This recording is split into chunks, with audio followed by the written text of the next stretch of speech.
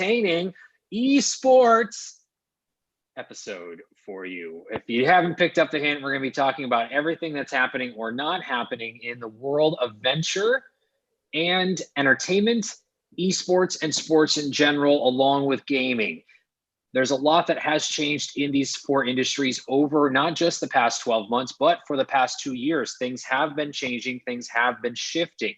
We've spoken a lot about it on previous episodes of VCTV. We're going to go even deeper today.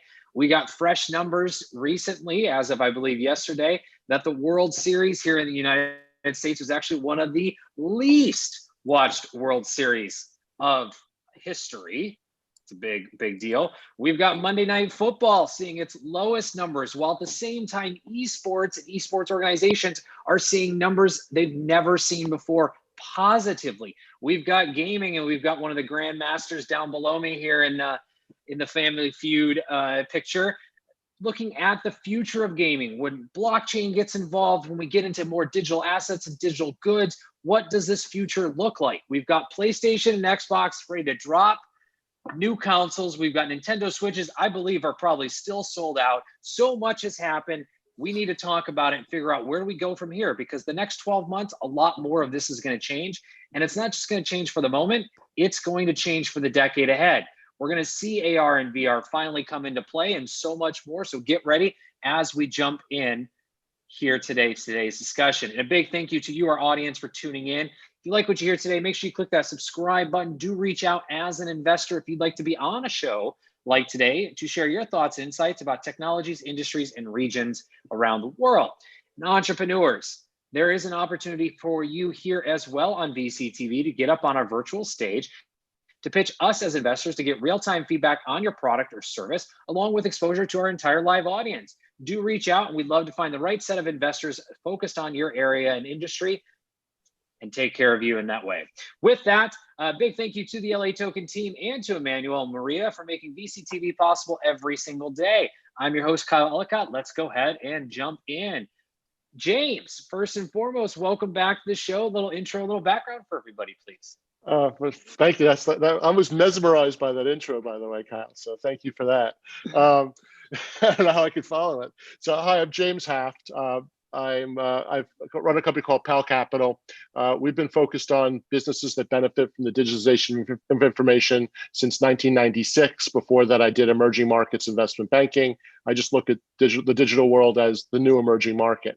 For the last 5 years, I've been focused exclusively on distributed ledger technology and how decentralization is going to change the world, and it start to empower individuals to exist, to opt into systems that are for their own benefit, as opposed to serving the interests of centralized authorities. So enough psychology there. And I'm really happy to be here, and looking forward to talking about how blockchain and a distributed ledger and own your own data is impacting the worlds of entertainment and sports. Absolutely wonderful, and welcome back. Excited to dive into that. Adrian, welcome back to the show as well. A little intro, a little background for everyone who may not know you, and who can be your next TikTok follower, as I know you're trying to build that audience of 20 to 25. So let's get you some followers. All jokes aside, welcome back to the show, man. Thank you very much, Kyle, for having me here. I'm saluting everybody. By the way, in 2 days on LinkedIn, I have like almost 200 invitations. So LinkedIn is the meat for me, but I have to put more effort in TikTok. My name is Adrian Niculescu. I am involved in few projects. One of them is I work as the CMO EMEA for CloudCoin Consortium. CloudCoin is a post-blockchain digital currency. Also, I'm involved with Faster Capital as a regional director in UK and Romania. Faster Capital is a Dubai-based accelerator and incubator. And also I'm mentoring in Virgin startups. I have a very hot subject for today's meeting. We'll start tomorrow for 3 days, a super virtual summit for electronic music artists. Kyle will give the link in the resources, and we'll talk more about it during the panel. Thank you very much for having me here. Can't wait, hopefully, to add as much value possible. good transition as well, as we've started seeing events go from physical to virtual, and concerts are definitely one of that big pieces of the puzzle as we looked at Weave VR, and a handful of others, including Decentraland, and some of the others that we'll be talking about today that have begun doing these types of events on a much larger and larger scale in a virtual form as well. With that being said, Wayne, welcome back to the show. It's a pleasure as well. Intro and background, please. Hey, Kyle, thanks again for having me. It's really exciting to be back on the show. My name's Wayne Kimmel, managing partner of 76 Capital, and we are, investors in this whole world, in this whole sports tech world, eSports, sports betting world. We're super excited about what's happening today. I mean, we think about, this pandemic, this global pandemic that we're all living through right now. What that's done certainly has really accelerated the use of technology, data and analytics, and all the things that we have known about and have been working on for a long time. You talked about digital, these new streaming platforms and things like that. And can't wait to share some of the things that were happening with our portfolio company Maestro in that world. But it's really some really exciting things that are now happening. And look, we're all about investing in the startup entrepreneur that wants to do the next thing in these areas. So I'm excited to be here. Awesome. And welcome back. Excited to have you as well. Robbie, welcome as well to the show. It's a pleasure to have you. We got a chance to hear some of your latest last time on this episode. So looking forward to hearing more. Intro and background for everybody, please. Sure. I'm the CEO of Animoca Brands. We are a Hong Kong headquartered global game developer. We're probably best known for being one of the leaders in blockchain gaming at the moment. Our focus is really on creating, I guess, exciting experiences for consumers and players at the intersection of traditional games and blockchain, because we think that consumers being able to truly own their own content is a game-changing event. We're also very active in eSports, whether you define that as sports taking place in games. So we have a company in San Francisco that just focuses on MMOs and battle royale type games for that. And then also esports in the respect of like what you see behind me, because we work with a lot of brands like Formula One and MotoGP and various football clubs to create games that feature sports content. And we do that on the blockchain as well. Robbie, Robbie, just to throw it in, I was an early advisor to Pixel when they were developing Sandbox down in Argentina. So congratulations. Fantastic. Well, James, I have a feeling we have many degrees of separation, so we'll get into that. We'll get into that later, because I'm old enough to remember Bear Stearns as well. This is great. I feel like Kevin Bacon for the first time in my life, bringing all these people together. We're just 1 degree, so this is great. Thank you. Mark, to you, last but not least, intro and background for everybody. What's up, Kyle? What's up, everybody? What's up, Adrian? What's up, Robbie? Welcome, Wayne and James, is it, pal? Yep. Good to see you guys. It's always fun to be here.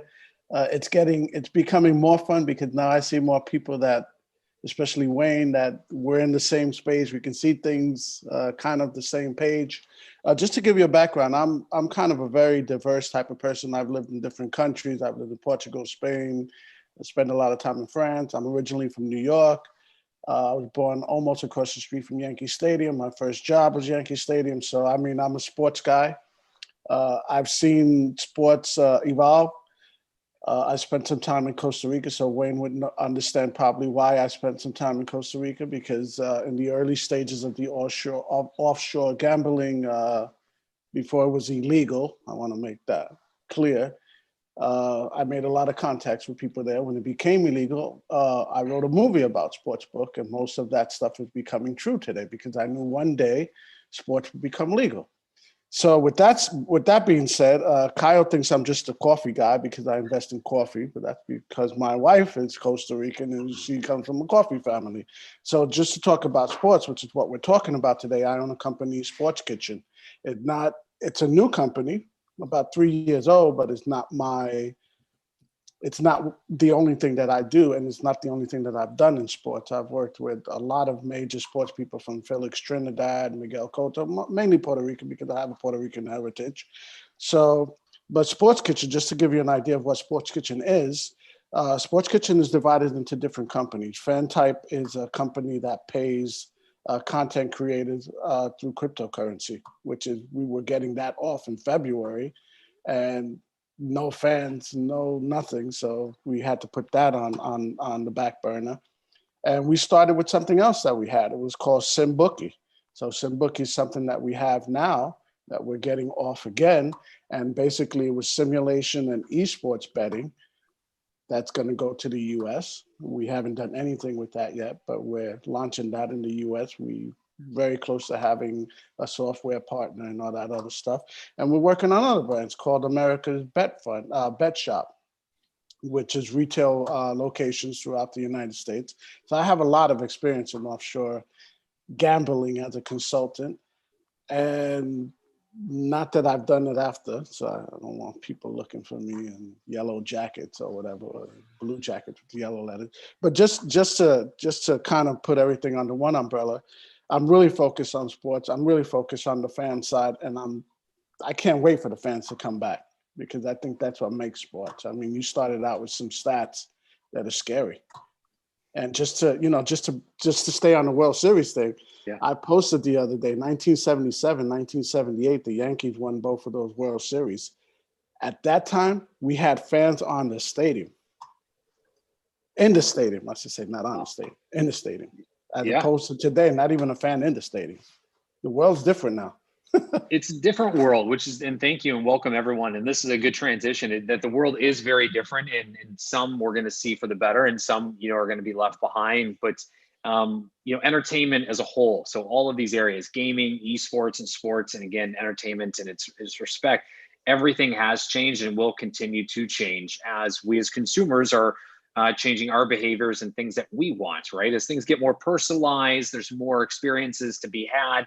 The world is opening up in its own way and being able to experience things and not having to be there. This is all changing, but would love to hear from each of you how it's changing. What are you seeing changing around entertainment as a whole, including, again, gaming, esports, and the like, and what its effect is going to be on consumers, on each of us. And so, James, I'm going to start with you as the upper left. You get the first word in today. Current state, what do you see, and how has entertainment changed, and what does that mean for us as consumers? Well, I think what's happening is that, that as everything's becoming digitized, everything's becoming fungible. So, I focus on the digitization of information and value, and how that changes how you can change human interaction and take the friction out of interactions. But when you look at it in fractals and it happening throughout the system, and it's propagating, what's happening is that the term of entertainment and the ways that you attribute and spend your attention, which is a limited set of bandwidth, is changing because of digitization. And it turns out now that looking at the screen and playing FIFA is more rewarding, than watching LeBron. Unless LeBron does something really amazing and you're there at the right moment, it's actually more engaging to be playing with your friends and bantering with them and playing, and kind of seeing yourself as LeBron and seeing yourself in the action.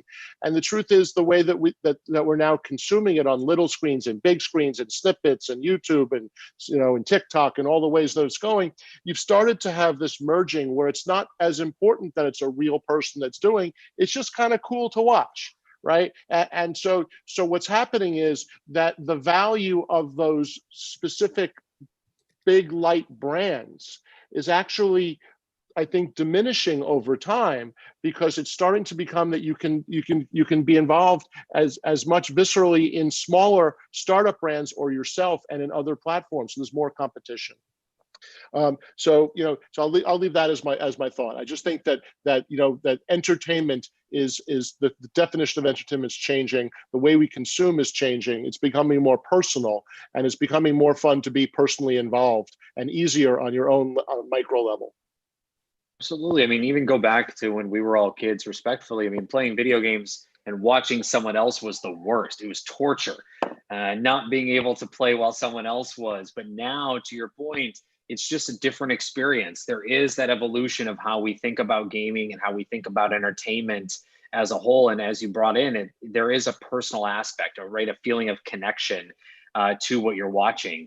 So I think that's a great point to James. And we'll come back on the non-fungible side in just just a few moments. So hold that thought. I held off. I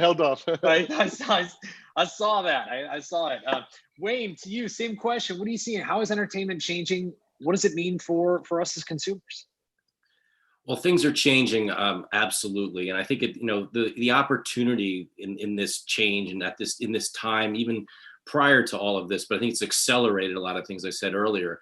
But right now, the opportunity for entrepreneurs to build businesses, to truly create the Apples, the Googles, the Facebooks, the Amazons of the sports industry it's all possible right now.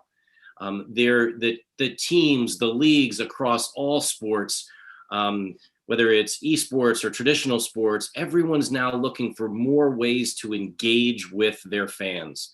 As you said earlier, people are not watching the games like they used to. But I would also kind of clarify that a little bit. They're not watching the games like they used to. Wait, I just said that twice. No, I did on purpose, because people don't watch games the way they used to watch them. So my 17-year-old doesn't watch baseball, doesn't watch the World Series like I watch the World Series. He watches it on Twitter. He watches it on his ESPN app, his Game Watch, and he's watching it while he's playing his Xbox or whatever it's all happening at once. So there's a way that we're going to have to sort of start to really think about how we do ratings in the future. I think that today's fans know more about the game than ever. So think about like American football. I mean, the way these, I just sit with my son and his friends and others. They know everything that's going on. They know every single player because of fantasy. They know every single thing because they're betting. Wait, they're not supposed to be betting, but they're betting anyway. But it's like, that's what's all going on here. It's really, really fascinating to see what's happening in this world. And we're going to have to start to, the Nielsen ratings, that's like for us and our parents, this next level. It's like the next level of how you're going to measure this is really going to be interesting, because I really believe that we actually have more engagement and more interest than people really, really know. You're seeing it with the numbers in sports betting in America today, as you start to see these numbers just every month creeping up and up and up and up. And we're only in, 20 states and 2 jurisdictions at this point. We think there's going to be another 20 states that'll go legal in the next 18 to 24 months. I mean, this thing is going, it's moving very quickly. And by the way, the betting market, we're talking traditional sports, the betting market in the US has no idea what's going on in esports. So I tell young people all the time, if you really want to you want to really make your mark, something about esports, something about gaming, that's, you have an opportunity to do something really, really special in the sports betting world. Oh yeah, and even to your point originally about how we've changed the way we watch sports, it's kind of like that transition as television really took form and radio started to be in the back burner, right? People used to listen to radio as the medium of choice, and then when television took on, radio was something you popped in and out of. And I even saw myself with the World Series as the example. I tuned in for the last inning and a half. I didn't watch the rest of it. I just tuned in for that little bit to see the magic, if it was going to happen or not, and then I tuned out. So you have this kind of in and out opportunity as people are jumping through, as you said, multiple applications or multiple things, and really just multitasking through. But on the betting side, you're right. We've seen numbers growing. We've got esports teasing out, as we've also started to see funding in esports analytics and esports data, which will fuel that market as well. Wait till you can bet on Animal Crossing. Oh my goodness. I don't know what, but someone's going to figure it out. We're going to get there as well. So Robbie, you play in this world on the digital goods side a little bit differently than what we've been talking about. James teed it up, but throwing it to you, what are you seeing before we get full digital here?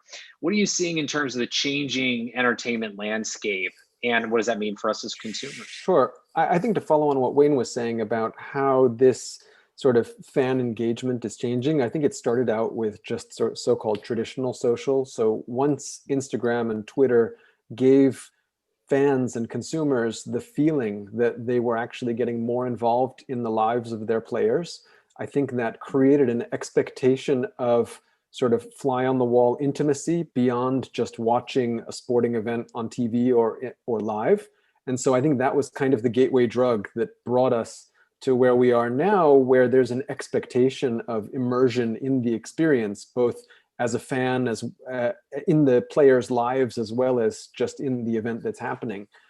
So I think that's part of what fuels it. The second part is, frankly, in what's traditionally called eSports. So, video games being played in a tournament fashion.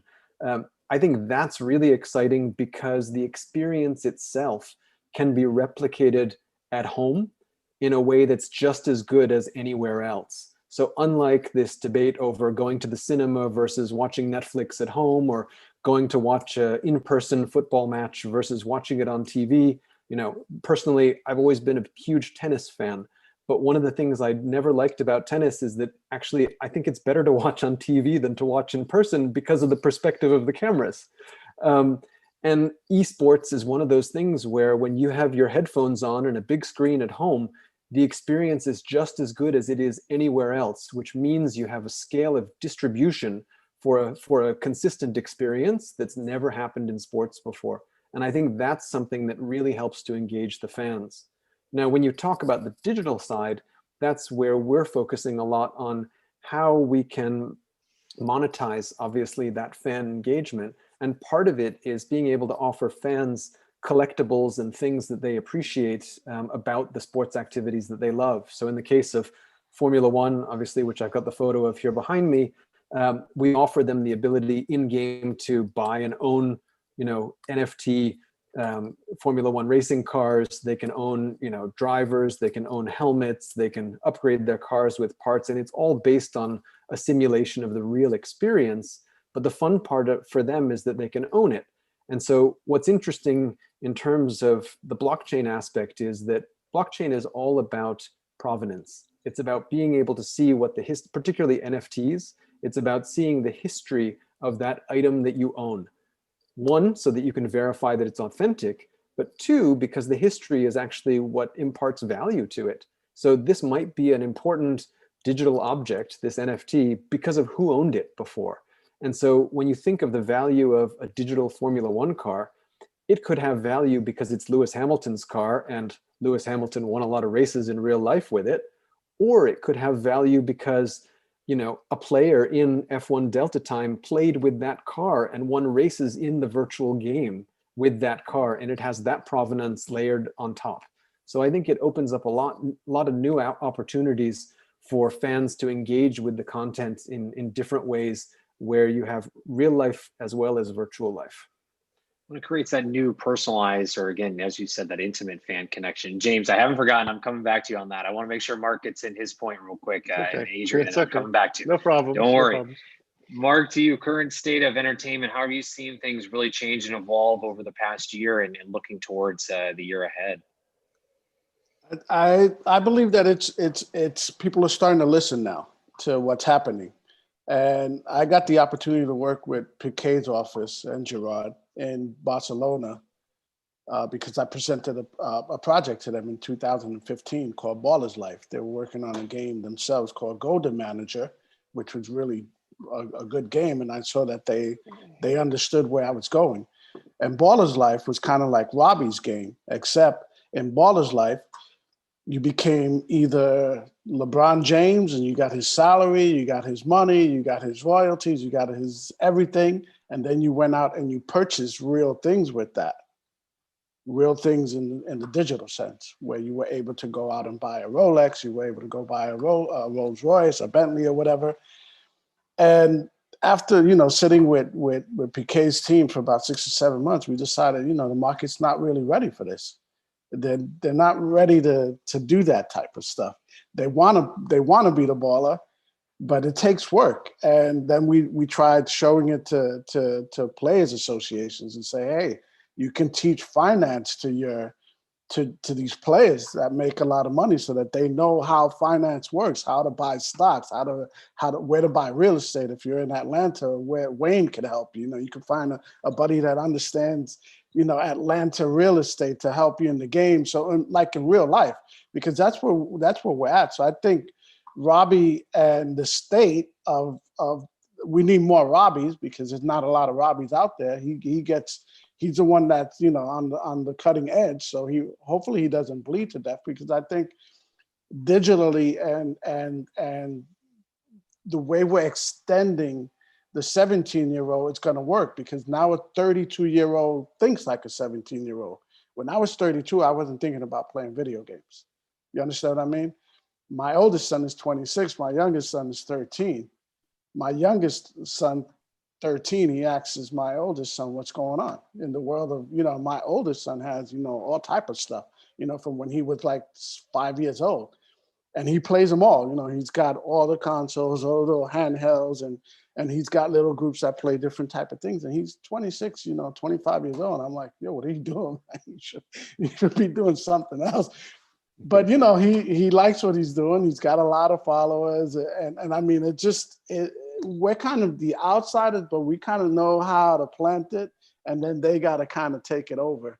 So I mean, I think my mistake with Ballers Life 5 years ago was that I was in the room with a bunch of old people. Gerard is much younger than I am, but I'm saying the rest of the people were old and probably didn't have that insight. So I think what's happening now, to add to what Wayne said and a lot of what Robbie's doing, I think the time is now, man. I think right now is a time to do that stuff. And I mean, the stuff that Wayne is doing can incorporate into the stuff that Robbie's doing. Like, I'm thinking about sponsoring a car in Robbie's game. Why not? Right? SimBookie, maybe, I can sponsor a car or buy a car, or start a car or whatever, because those are where the eyeballs are. And Robbie, in 10 years, it's going to cost what television costs now. So, I mean, right now, I'm not thinking about television for my clients, because it's going to cost, a couple of $1 million to fail, basically. What's this eBay, whatever it is, this streaming startup that failed with $2 billion in 4 months? How do you do that? They spend a whole bunch of money advertising the Super Bowl. They had everybody's attention and they still fail. So, yeah. I mean, I would go with Robbie. I would rather tell my clients, hey, go spend money with Robbie, find out what Wayne is doing, find out what Adrian, because that's where the eyeballs are. So, I mean, and don't forget about James. James waving his hand. No, I didn't forget about James. I'm dying here. James is a money man. He sent me money to spend with Robbie. But I'm not James, I'm throwing it to you. I'm softballing. Here you go. First of all, I'm not the money man. I'm the community man. Because it turns out the technology is not what's important.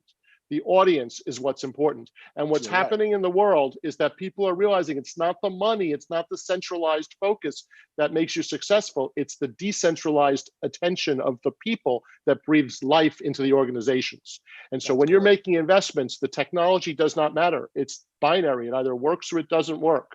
And once you have the technology working, you don't have a business and you don't have a success until you have the people habituating the activity into their lives. And that can be entertainment, that could be business, that could be finance, it doesn't matter. All these digital platforms have shared the same thing, which is the success has to do with the community, right? And that's what this digitalization is enabling, is the formation of bi-directional communities with energy and life. And what we're doing is we're turning an expense of entertainment into an asset of entertainment. Right? So it used to be before I paid all that money and I enjoyed it, but where did all my money go? And it's over, boom, it was a momentary flash in the pan. Now I make an investment and I own a piece of it and it travels through time and it grows with me. And it enables a much richer marketing activity for the people that own the core asset of the platform, but it enables them to share and actually share some of the upside and other forms of remuneration with the users, which then builds the bigger community and the enthusiasm and gives you the big opportunity. And that's why I'm so excited about all this stuff. Absolutely. Well, you used one of my favorite words, James, and it's the word community. I tell my sons, when you form a community, you're forming the rest of your future, because that community shares information. And when I started my restaurant, I opened it up in an abandoned side of town, and I wanted other restaurants to open so that more people see my restaurant. I don't care if you're going across the street, you're going to see mine. Help everyone else. In crypto, it's all about sharing and bringing everyone up to your level. It's not the Ayn Rand of the lowest common denominator. But I founded Crypto Mondays. It was the smartest thing I did in crypto. About 3 years ago, I made no money off it. It was completely decentralized. I have no ownership. But what I did was I founded a decentralized organization. We're now around the world in 60 cities in 25 countries. There's 25,000 people that get together on Mondays and drink and talk and share around crypto. And that's my calling card. That's where all my business comes from, all my opportunity and all the enthusiasm comes because of that level of connectivity and energy that comes out of the network. Well, and both of you and community. I mean, this is also a point that Wayne brought up around the changing of audiences that he's seeing with his kids and that next generation. I mean, well, look at the national women's soccer team, the NWSL here in the United States. Fantastic. Exploding in viewership, ways that are outpacing some of today's, what was originally the core four sports that have all seen declines. So if you look back at 2020, core four declining, whereas the national women's soccer team, or just again, the women's soccer league here in the States, is thriving in viewership because of that key word has already been touched on, is those communities, people coming together, wanting to help and wanting to see others not just, do something and be entertained, but thrive beyond that as well. And you're bringing up a great point, both of you. And Wayne, I do have a fun stat with you on sports betting, so come back. I'm going to come back to you in just a minute. Adrian, we have not gotten a chance to let you get a word in here yet. How are you seeing the world of entertainment shifting and change? And then Wayne, I'm coming back to you. I wanted to add on what James said. The man, not just with the money, but with the community. we are living in the economy of.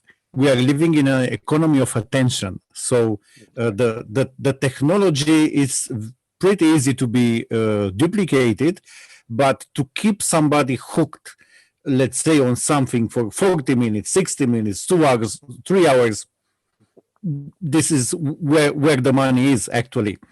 I would like to see, and we are in discussion with few companies, but also I'm launching here the challenge.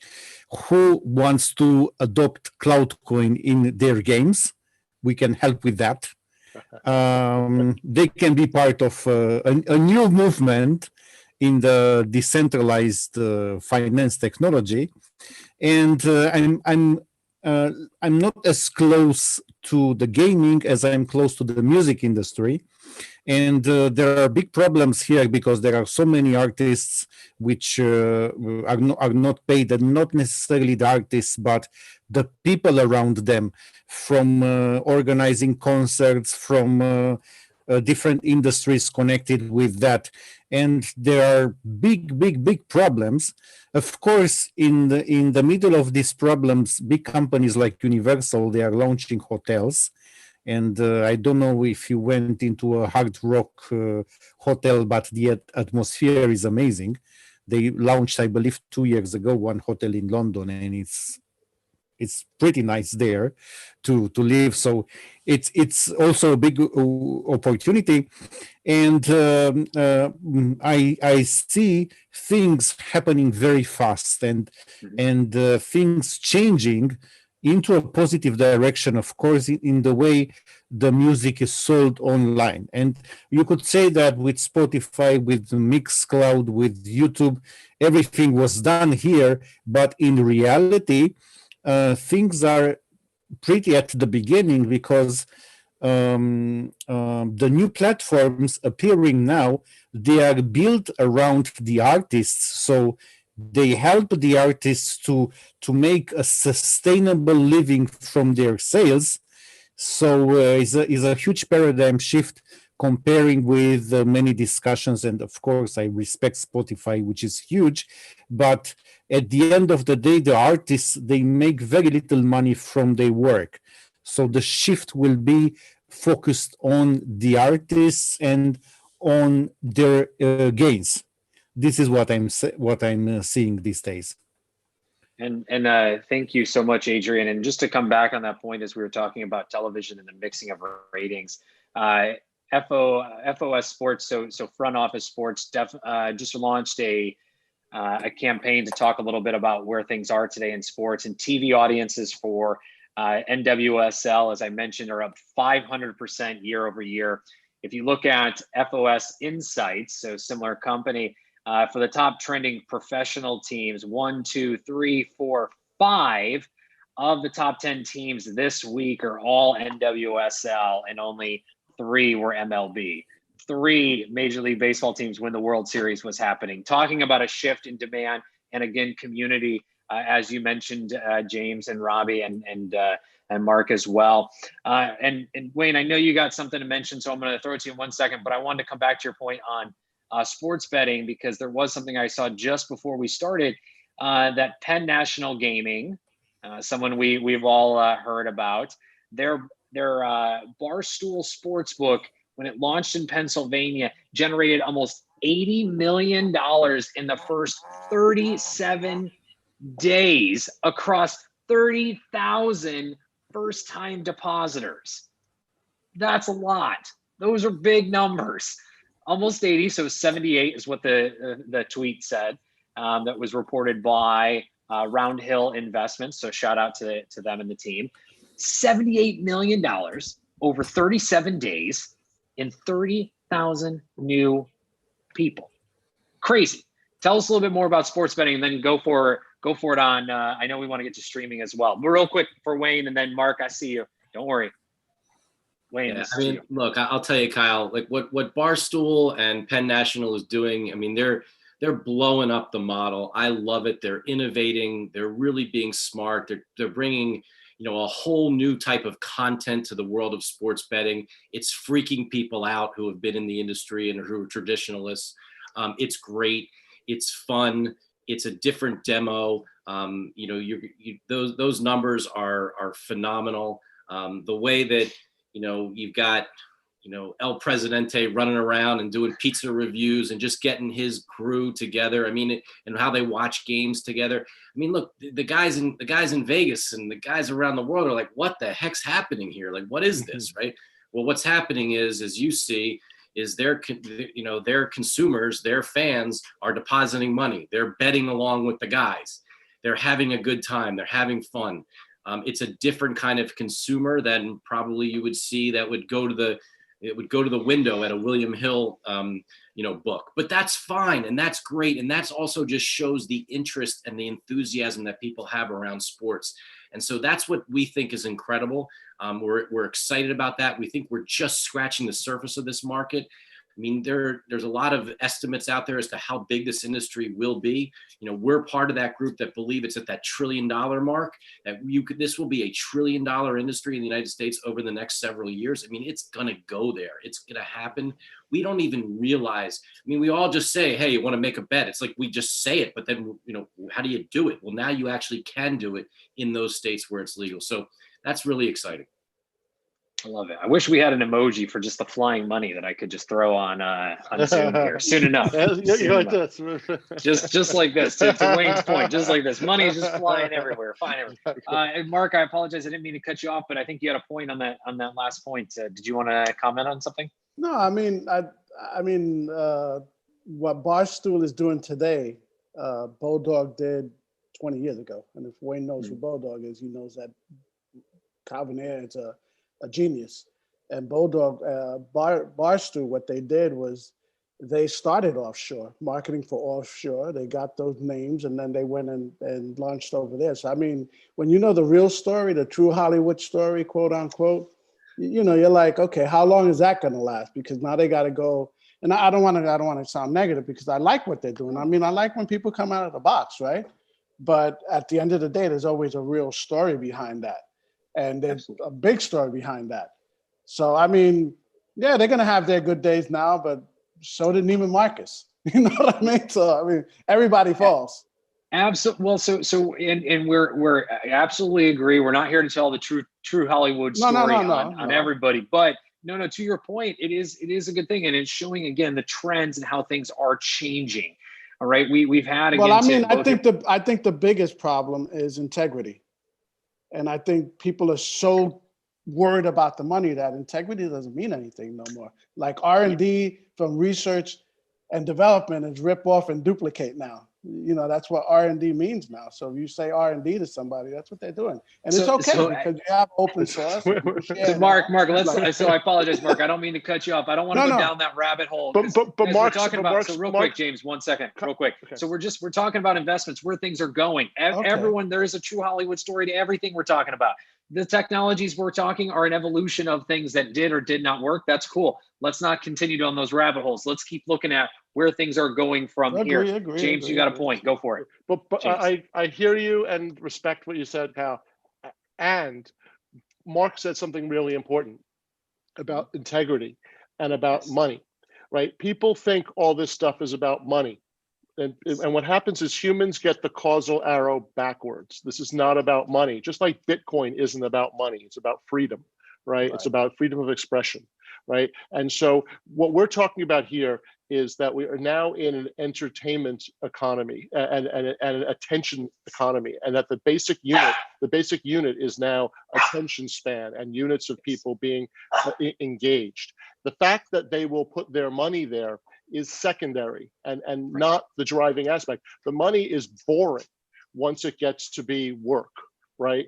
And so the money is, and integrity. I love what you're saying, Mark, because it's not about that at all. And what's real is your emotions. What's real is your passion. You don't fake those things, right? And so I love how this stuff really it forces the market to pay attention to what the fans really care about, because the currency that they're all getting paid in at the end of the day is actually not money. It's the fans' attention span, right? That's why LeBron is great.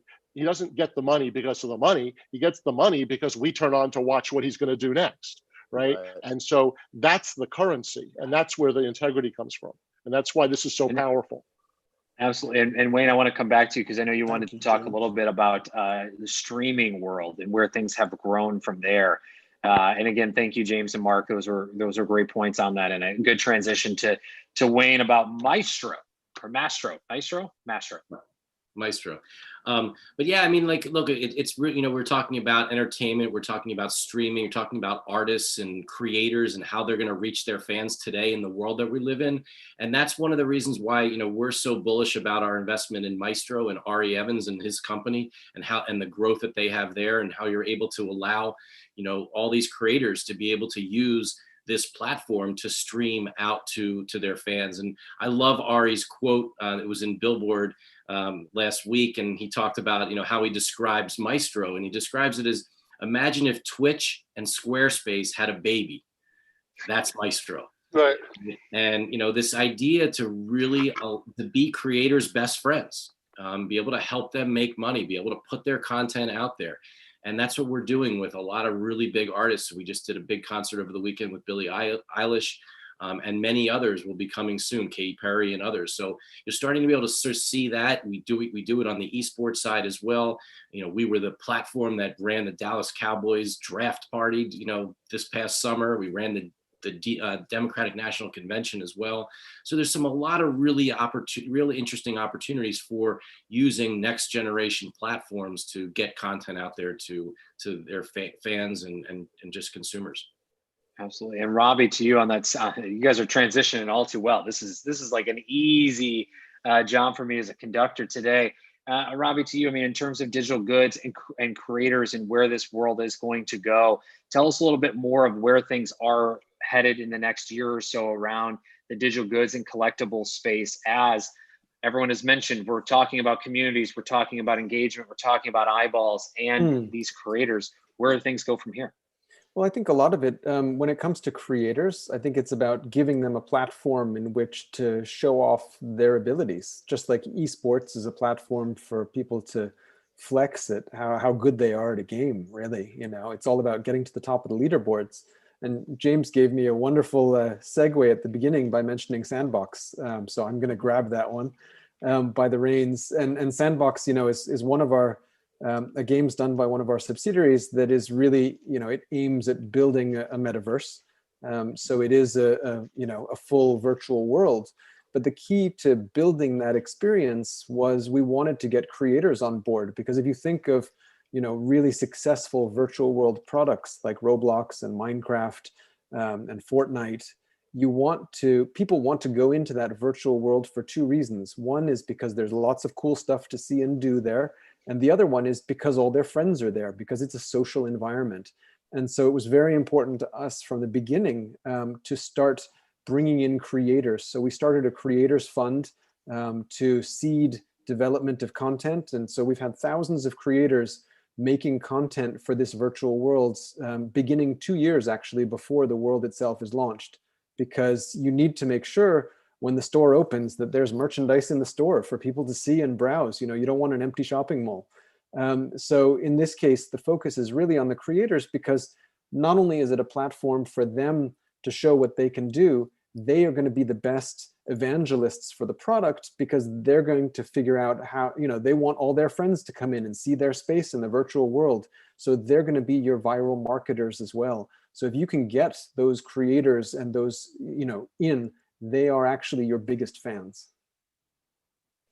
Absolutely. And that leads me, as we're coming to the close to the top of the hour, I'll make sure everyone gets in areas of opportunity. Where do they see things going? Where are the gaps? Where are the investments that should be made?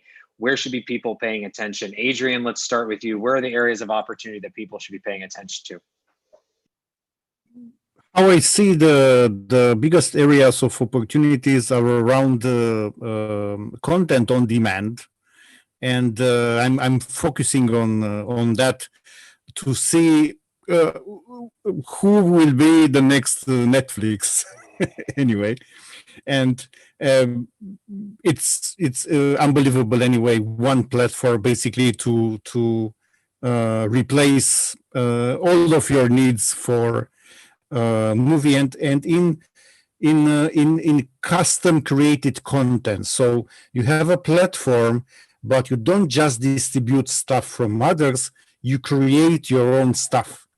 And by doing that, your own programs, your own movies, your own TV shows, your own soap operas, and by doing that, you are out of the commodity space.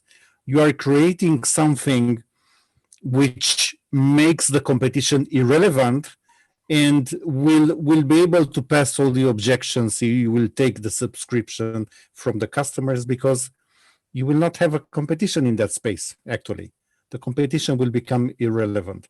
This is what I'm seeing as the biggest opportunities. Mark, thank you, Adrian. Mark, to you, areas of opportunity. Where should people be paying attention? I'm going to develop an app that allows Kyle to never cut me off when I go off on my tantrum. No, I think I like James. There's something I like about James. And I think I have always supported that humanity thing since the first time you invited me here. And I always said, I think kids should be playing games. I just don't think they should be playing them 23 hours a day. There's nothing good coming out of that. And I'm not saying, I let my kid has a Switch, he has a PlayStation, he has those things, but he also speaks 5 languages. He also can name every capital of the world. I mean, there's other things that happen. Now, when we can teach 5 languages through a game, let them play 23 hours a day. When we can, and we're getting there. So that's the fun part about this whole thing, that now people can learn important things through gaming. As far as investing, I would say I never invest in a deck, because my grandmother used to say a piece of paper holds whatever shit you put on it. And that's always true. I invest in people. So, I mean, who would I invest here? I would invest in Wayne if I had enough money. I would invest in James. And I would invest in James very easily, because all he really needs is my time. I'm gonna tell people about James today, and he doesn't have to pay me anything, because he's won my confidence. We've agreed on community. We've agreed on integrity. So, I mean, we can be boys forever. I mean, he can call me and say, I need this, and I'm going to do it. And I'm not saying that I wouldn't do it for nobody else on this panel, because I think we're all trying to change the world together, and we're all doing it in a different way, which is good, but we can't forget each other. You know, while one guy has access to Netflix and Hulu and a whole bunch of other stuff, there's a guy across the street that can't pay his light bill. That's the real truth. So we have to teach the guy across the street how to make money off the way people are making money. And that's where it goes back to community. And that's easy, because we all know something, man. I mean, half of the world is fat like me, and half of the world is dying of hunger. So how do I, trade off all this fat to feed somebody is basically what I'm saying in a layman's term. But as far as investment, I always look at people, like my knit farm investment. I look at people in Portugal that spend hours and hours knitting sweaters and try to sell them for $40. And when I do the math, they're getting paid like 12 cents an hour. I'm like, you have a masterpiece here. You should be able to sell it. They don't know how to start a website. They don't know how to do a wiki. They don't know how to do anything but go to a fair and sit there another 40 hours a week trying to sell something. So when you do the math, they're not making money. And we can't forget about those people because it'll come back to haunt us one day. Mm-hmm. Absolutely. Well, Robbie, to you. Sorry, Mark. I'm just figuring out what I need to do to get some of Mark's money there. You already got my money. I said I would sponsor one of your little toys behind you. I want to sponsor one of those. There you go. No worries. But yeah, no, I'm I think we're all on the same page here. And I think what's exciting is that technology is giving us a lot of new ways to enjoy a lot of the same passions that we've had before. But I think that because we have all these new tools, the way in which we can engage with all of these passions and vices we have has expanded immeasurably. And I think particularly just, again, to plug the blockchain side of things, I think one of the exciting parts of that is that people can actually now even start to earn some return for being fans and engaging as fans. And so to be able to not just purely spend money, but to sometimes get some back and even make money with things that they love and hobbies that are passions of theirs, I think is really great. Absolutely. James, areas of opportunity. Oh, you're on mute. Mute. All good. Okay, I'm always most brilliant on mute. First of all, just to follow up on learning and and all entertainment, all the stuff colliding together. I've been working on my mind on a book called The Idiot's Guide to Business since 1980. Right? The idea that everything I need to know in business I actually learned through computer games, because all computer games are based on economies and they're based on scarcity and challenge. And so I've always found that to be useful in life, and I've always found that to be an interesting trade-off. In terms of investing, I'm a big believer in decentralized finance. And in monetizing attention and community, as we were talking about earlier. And my advice to people is to follow what you're passionate about. This new world of distributed ledger and non-fungible tokens and owning your own data and the ability to create assets in virtual worlds and in your games and to own them and make them transportable opens a whole new asset class for individuals. And so what you should do is invest in what you care about, because that could end up becoming the next Apple or the next Amazon, right? And it's going to be because other people have the same passions you do and come together. And so I think right now you should be looking at, if you love Anthony Martial and Manchester United, go out there and figure out the tokenized assets and own them and trade them and become of that. And it might not be the first thing that you do that's successful, but there'll be a road that you go down that will take you down this whole new world where you can see things, where you'll interact as an avatar, which is a digital wallet run by algorithms that can behave and perform things for you while you're not even there. And you can start to collect experiences that you're not even having firsthand, but are owned by your extended self in the metaverse. And you can start to touch things and feel things and own things and share things. And that's where the real growth is going to be. And some of it might not be money. Some of it might be personal growth, right? Some of it might be learning about new things and being exposed to new concepts.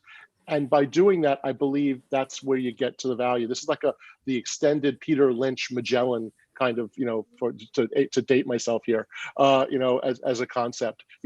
Do what you love, follow your passion, and now you can invest in it and own it. And that's where I think the opportunity is. Absolutely. And Wayne, thank you, James. Wayne, close us out. Where are the last areas of opportunity people should be paying attention to right now?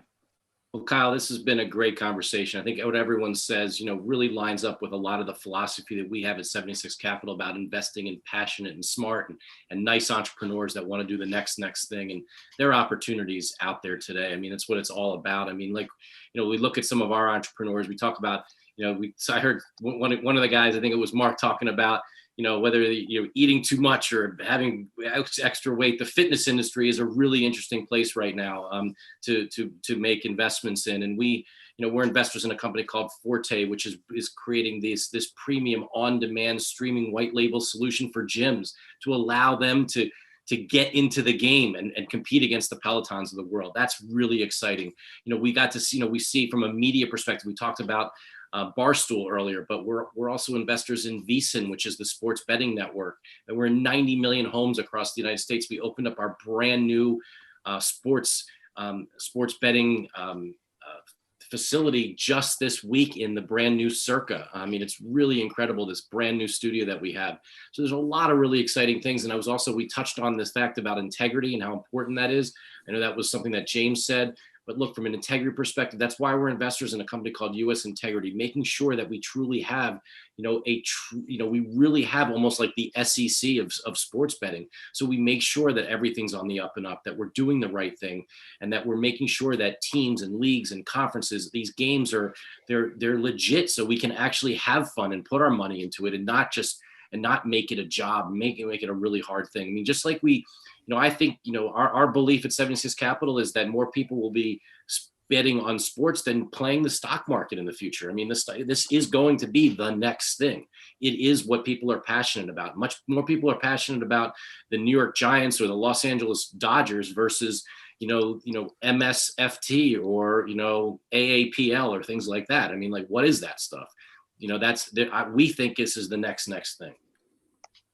Wonderful. Well, and thank you all so much for your thoughts and insights today. I want to come around, make sure everyone gets a quick shout out as to where everyone can be found online to continue the conversation. So Wayne, you went last, you go first for this one. Where can everyone find you online to continue the conversation?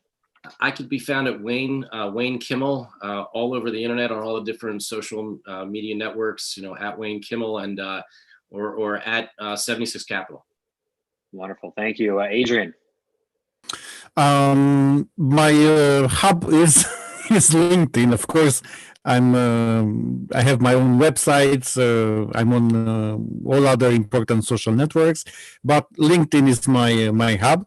I'm very happy to help anybody who is in need of my expertise. Just as a closing thought, and hopefully Kyle will share the link, will be this weekend for all electronic artists who want to advance in their career, a very nice 3 days virtual summit with 25 expert workshops, including training from David Morales and other famous people in the music industry. Thank you very much for having me, and I will come back tomorrow with another panel, by the way. Thank you. It's Thank family. you. It's family. I'm very happy to be here. Thank you very much for the opportunity. It is. Thank you, Adrian. Mark, to you. Where can everyone find you online? Well, marklugo.com since 1996. marklugo@gmail since I think I was like the 13th guy to have an email at Gmail besides them. I'm very accessible. I'm very transparent. I'm very honest. I'm very brutal. And I mean, that's what you get, man. You don't have to think beyond the deck with me. I'm who I am. I'm happy to be who I am. My family loves me. That's what's important. Let's go have some fun together. I'm not motivated by money. I really am not. And that's why I connected so well with James. I like what Wayne is doing. I mean, I know the sports industry. I know sports gambling for 20 years, and I love what he's doing. I think I just came across US Integrity 2 days ago and followed them on Twitter. So I like what they're doing, man. I like it. Awesome. I mean, I think this is one of the best panels we've been on. Must be the background, Kyle. It must be. We're in Vegas in this background, so we're having a good time. Robbie, to you. Thank you, Mark. Where can everyone find you online? No problem. You can find me on LinkedIn like everybody else, and I've put it in the chat here for people's benefit. You, James. Last but not least, close us out. Where can everyone find you online? So I am JF Haft on all social media. So if you just type in JF Haft, I've pretty much cornered that unlikely handle, and then I'm on LinkedIn under James Haft. My company's called PAL Capital, and we're always open to talk, and we're always open to create new ways to collaborate. So please reach out. Wonderful. James, Robbie, Mark, Adrian, Wayne, thank you all so much for your thoughts and insights today, and for an outstanding conversation around the future of entertainment as a whole today. And also thank you so much to the audience. Thank you, Mark. To the audience for tuning in. If you like what you heard, click subscribe. Make sure you reach out and give us a thumbs up as well. Also, if you'd like to be on a show like today, do reach out. Thank you, Robbie. And we'd like to find the right opportunity for you to speak on. Same with you, entrepreneurs. Thank you, James. To get up on our virtual stage, pitch us as investors to hear feedback on your company, product, and service, along with exposure to our entire live audience. With that, a big thank you to the LA Token team and Emmanuel and Maria for making VCTV possible every single day. I'm your host, Kyle Ellicott. Make sure you connect with all of our investors. Let them know where you met them, where you heard from them, what you're interested in on your connection. You can find me everywhere online, 24/7, 365 at Kyle Ellicott. We'll be back here with more VCTV in just a little bit.